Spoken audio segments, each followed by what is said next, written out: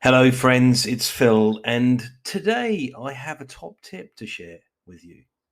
Now, if you have a pair of golf shoes and, like me, your golf has gone off the boil, and therefore those fine golfing shoes are not being used for anything, they're just in the garage, in the shed, in the boot of the car, gathering dust, getting old and smelly, let's say, I've got a top tip for you, or maybe even a motivation that will help you get back to your golf, or might get you thinking differently about your lawn.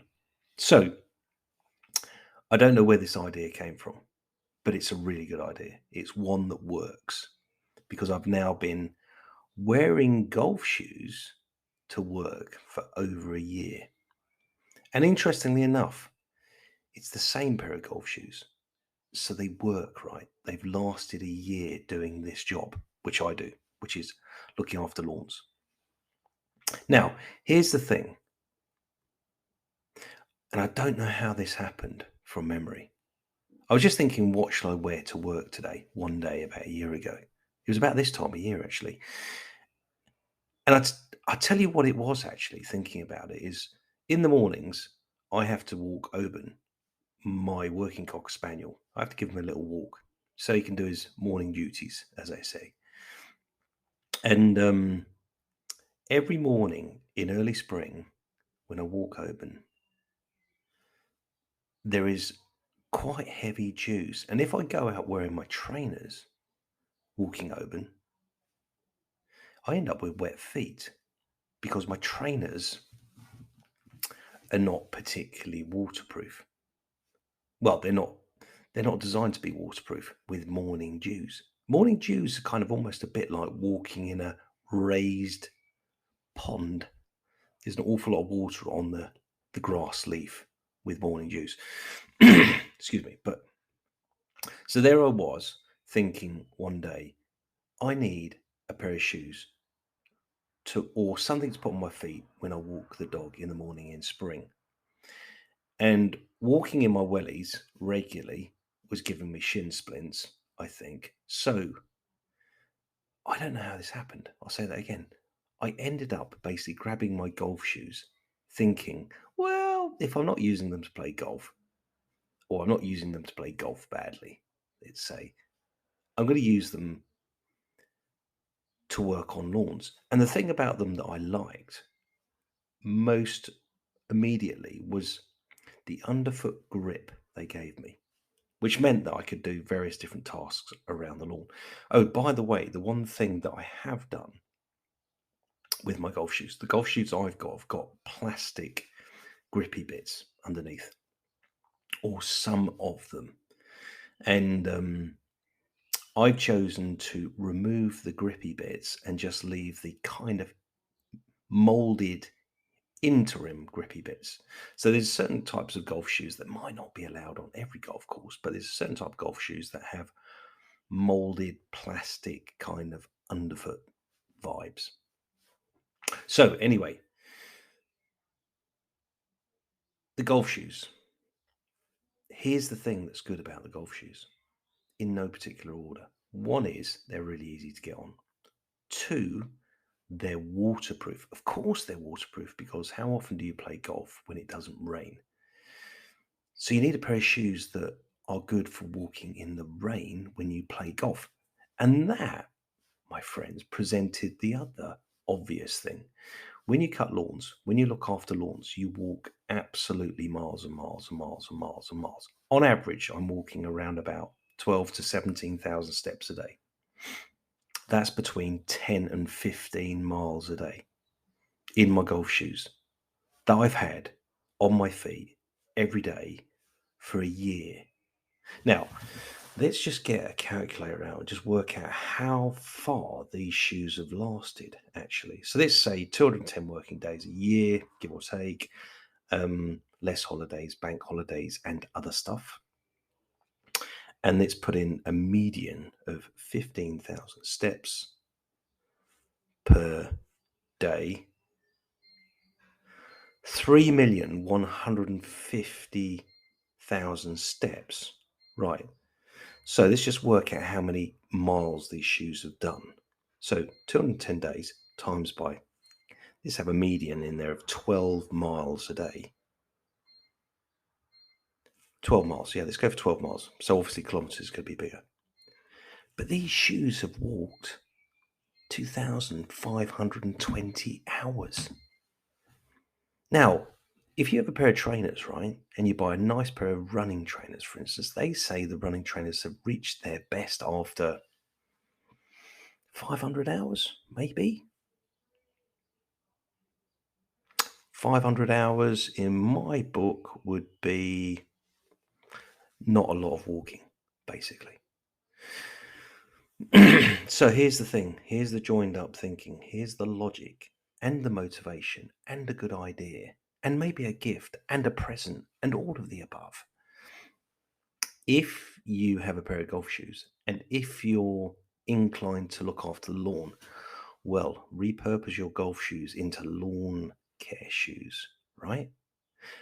The next thinking I've got is if you've got someone that you want to encourage to look after the lawn more, whether it's Mrs. or Mr., let's say, or anyone in between, then why not gift them a pair of golf shoes and say, here, look, I've given you a really nice, beautiful, lovely things.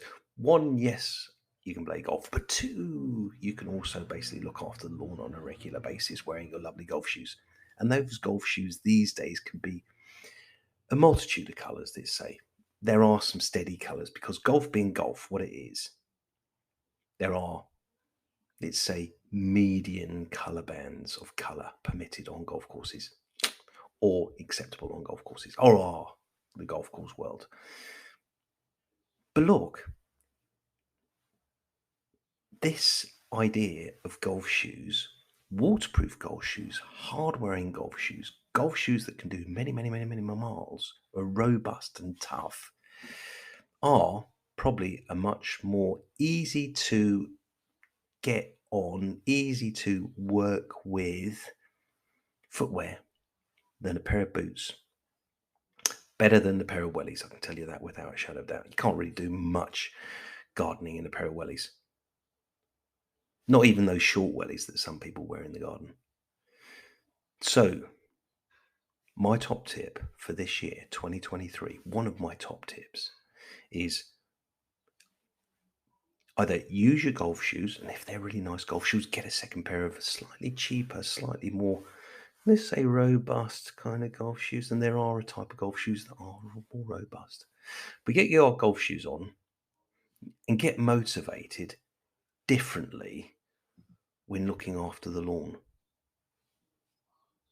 Does it sound like a mad idea to you? Well, I guess when I first started wearing my golf shoes, I thought it was a bit novel, but they've remained on my feet now for over a year.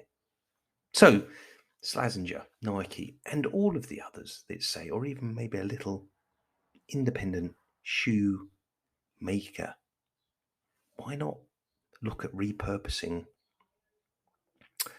some of what you do into lawn shoes? Sounds mad, doesn't it? But I tell you what, after a year, it works. So here's a little story, just as if you got to the end of this podcast, here's a little story. I met Joe Foster last year because maybe this time last year I was thinking about footwear more than anything. And Joe Foster was the founder of Reebok. He was a guy who not founded the business, it was a family business, but he pivoted it into trainers to the mega brand that is today. And in fact, having met him I think he was in his late 70s, early 80s last year, I think there was an air that he jumped out of what he was doing too early. But I think he jumped out when Nike started bearing down on Reebok. Because Nike were number two and Reebok were number one. But the thing I'm going to share is the evolution, that some of the brilliance that he saw that Reebok created, that the family business developed, was the idea of repurposing, seeing an opportunity before it came to market, mass market. And here's the thing: in the First World War, in the trenches, all military boots were hobnails. In order to give them grip, they had kind of chunky metal, sort of grippiness underneath, leather and chunky hobnails, let's say. And after the First World War, some bright spark said, we've spent a lot of time running around the fields of battle with hobnails on. And the evolution was, some bright spark went, or maybe we should make running shoes with hobnails on. Anyway, the long and short of it is Reebok were, and I know Nike basically tells the story, but I think they were both running down this same path of making shoes, repurpose the idea into the market. So here's my idea. Here's my rambling thought, is that golf shoes are lawn shoes, right? And there are more people working on lawns than there are people working on or playing golf. The market's bigger for lawn shoes than it is golf shoes. Maybe. Anyway, that's my pondering thoughts today as I go wandering around North Yorkshire looking after lawns.